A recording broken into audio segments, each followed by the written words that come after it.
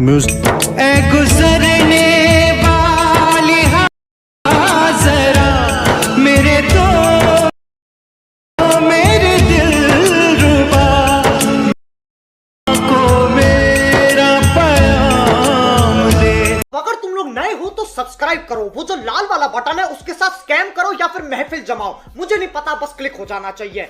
तो चलिए शुरू करते हैं।